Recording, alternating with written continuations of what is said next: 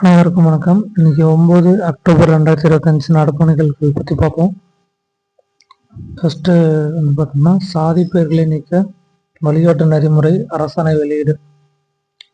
அதாவது ஒவ்வொரு தெருவாக இருக்கட்டும், ஒவ்வொரு குளம், ஏரி இந்த மாதிரி இதில் வந்து பார்த்தோம்னா சாதி பெயர்கள் இருக்குதுன்னா அது இருக்கக்கூடாது, அதுக்கு பதிலாக வேற பேர் வைக்கலாம் அப்படின்னு சொல்லி கவர்மெண்ட் சொல்லுது. அதுக்கான அரசாணை வெளியிட்டிருக்காங்க. வெளியிட்டது யாருன்னு பார்த்தோன்னா முருகானந்தம் அப்படின்ற தலைமைச் செயலாளர் அப்படின்ற இருக்காருல்ல, chief minister secretary, chief secretary, அவர் வந்து அரசாணை வெளியிட்டிருக்காரு. தமிழ்நாடு அரசு இந்த அரசாணை வெளியிட்டிருக்குன்னு சொல்லி சொல்லியிருக்காங்க. அதை பற்றி பார்த்தோம்னா புதிய பெயர் பட்டியல் வெளியீடு, இது ஒரு நியூஸில் இருக்குது.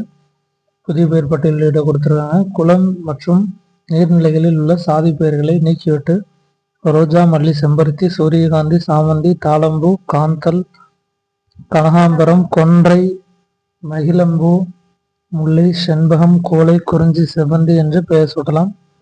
தெருக்கள் மற்றும் சாலைகளில் உள்ள சாதி பெயர்களை நீக்கிவிட்டு திருவள்ளுவர், ஔவையார், கபிலர், சீத்தலை சாத்தனார், நக்கீரர், பிசிராந்தையார், கம்பர், அகத்தியர், வீரமாமுனிவர், பாரதியார், பாரதிதாசன், மகாத்மா காந்தி, தந்தை பெரியார், பேரறிஞர் அண்ணா, காமராசர், கலைஞர் என்று பெயர் சூட்டலாம் என்று அரசாணை கூறப்பட்டுள்ளது அப்படின்னு சொல்லி இந்த அரசாணையில் சொல்லியிருக்காங்க. இது ஃபைனலாக எப்போ முடியணும் அப்படின்னா டிசம்பருக்குள்ள இதெல்லாம் வந்து அப்ரூவல் ஆகி மாற்றிருக்கணுன்ற மாதிரி சொல்லியிருக்காங்க. டிசம்பர் 21.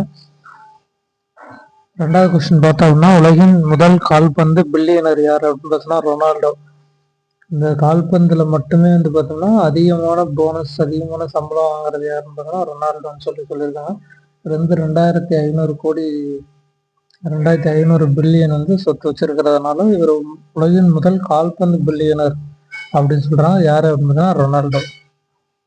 மூணாவது கொஸ்டின், வேதியியல் நோபல் பரிசு யாருக்கு வழங்கப்பட்டது? நேற்று வந்து பார்த்தோம், இயற்பியலுக்கான நோபல் பரிசு 3 பேருக்கு கொடுத்தாங்க. அதுக்கு முதல் நாள் மருத்துவத்துக்கான நோபல் பரிசு 3 பேருக்கு கொடுத்தாங்க. மேக்சிமம் 3 பேருக்கு டிஸ்ட்ரிபியூஷன் பண்ணுவாங்க, ஆனால் இந்த தடவை 3 பேருக்கு டிஸ்ட்ரிபியூஷன் பண்றாங்க. அதே மாதிரி இன்னைக்கு வேதியியல் கொடுக்குறாங்க, நாளைக்கு வெள்ளிக்கிழமை அமைதிக்கான நோபல் பரிசு கொடுப்பாங்க.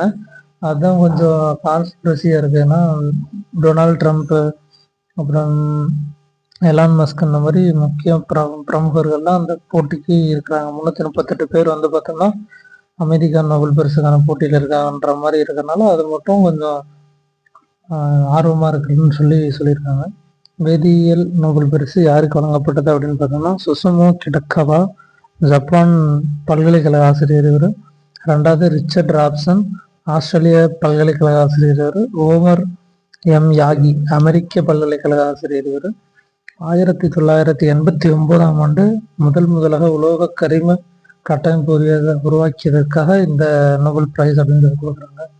ஸோ நோபல் பரிசு எதற்காக கொடுக்குறாங்க, எந்த ஆய்வு அப்படின்னு பார்த்தோம்னா 1989 செஞ்ச முதலாக உலோக கரிம கட்டமைப்பு உருவாக்கியதற்காக இவங்களுக்கு வந்து வேதியியலுக்கான நோபல் பரிசு வழங்கப்படுது. நெக்ஸ்ட் கொஸ்டின், இந்த போட்டோ தான் அவங்க 3 பேர் யாருன்னா இவங்க தான் 3 பேர். அப்புறம் வந்து பார்த்தோம்னா இந்தியாவுக்கான அமெரிக்க தூதராக நியமிக்கப்பட்டவர் யார் அப்படின்னு பார்த்தோன்னா செர்ஜியோ கோர் அப்படின்றவர். இந்தியாவுக்கான அமெரிக்க தூதராக நியமிக்கப்பட்டவர் யாருன்னா செர்ஜியோ கோர். இவர் வந்து முன்னாடி எங்க வேலை பார்த்தார் அப்படின்னா அமெரிக்க வெள்ளை மாளிகையில ஜனாதிபதி, டைரக்டர், மேனேஜிங் டைரக்டர் இந்த மாதிரி போஸ்டிங்ல அலுவலக இயக்குனராக இருந்திருக்கிறாங்கன்னு சொல்லியிருக்காங்க. அவர் இப்போ வந்து செர்ஜியோ கோர் அப்படின்றவர் இந்தியாவுக்கான அமெரிக்க தூதராக நியமிக்கப்பட்டிருக்காரு. நெக்ஸ்ட் கொஸ்டின், உலக அஞ்சல் தினம் எப்பொழுது அப்படின்னு பார்த்தோம்னா அக்டோபர் 9. உலக அஞ்சல் தினம் அப்படின்றது அக்டோபர் 9.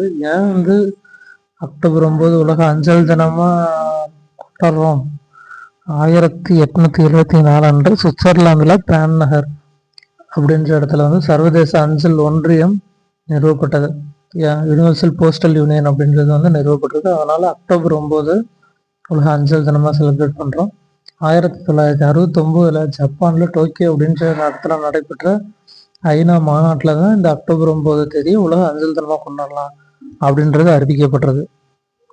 ஸோ உலக அஞ்சல் தினம் எப்போ அப்படின்னா அக்டோபர் 9. இது எதனால அப்படின்னா 1874 சுவிட்சர்லாந்தில் பேன் நகர் அப்படின்ற இடத்துல சர்வதேச அஞ்சல் ஒன்றியம், யூனிவர்சல் போஸ்டல் கோட் அப்படின்றது வந்து பார்த்தீங்கன்னா யூனிவர்சல் போஸ்டல் யூனியன் அப்படின்றது வந்து நிறுவப்பட்டது. இது 1969 ஐநா மாநாட்டில் அறிவிக்கப்பட்டிருக்கு. அக்டோபர் 9 வந்து அஞ்சல் தினமாக கொண்டாடலாம் அப்படின்னு சொல்லி. நெக்ஸ்ட் கொஸ்டின், தமிழ்நாட்டின் 2வது சர்வதேச மைதானத்தை எங்கு இன்று எம்எஸ் தோனி திறந்து வைக்கிறாருன்னா மதுரை.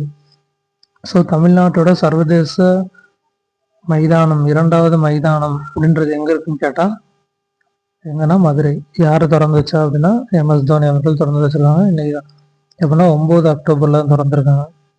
ஸோ அவ்வளோதான் இன்னைக்கான அவ்வளோதான். இதை ஒரு டைம் ரிவிஷன் பார்த்துடலாம்.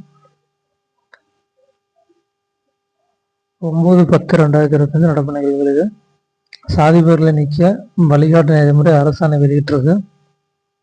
நெக்ஸ்ட் கொஸ்டின் வந்து பார்த்தோம்னா, உலகின் முதல் கால்பந்து பில்லியனர் யார் அப்படின்னா ரொனால்டோ தான் உலகின் முதல் கால்பந்து பில்லியனர் அப்படின்னு சொல்லியிருக்காங்க. வேதியியல் நோபல் பரிசு யாருக்கு வழங்கப்பட்டது அப்படின்னா 3 பேருக்கு வழங்கப்பட்டிருக்கு.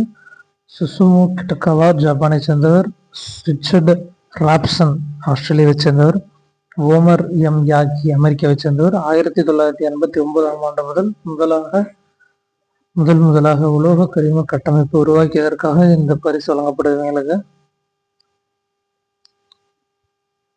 இந்தியாவுக்கான அமெரிக்க தூதராக நியமிக்கப்பட்டவர் யார் அப்படின்னா சஜியோ கோர் அப்படின்றது. உலக அஞ்சல் தினம் எப்பொழுது அப்படின்னா அக்டோபர் 9.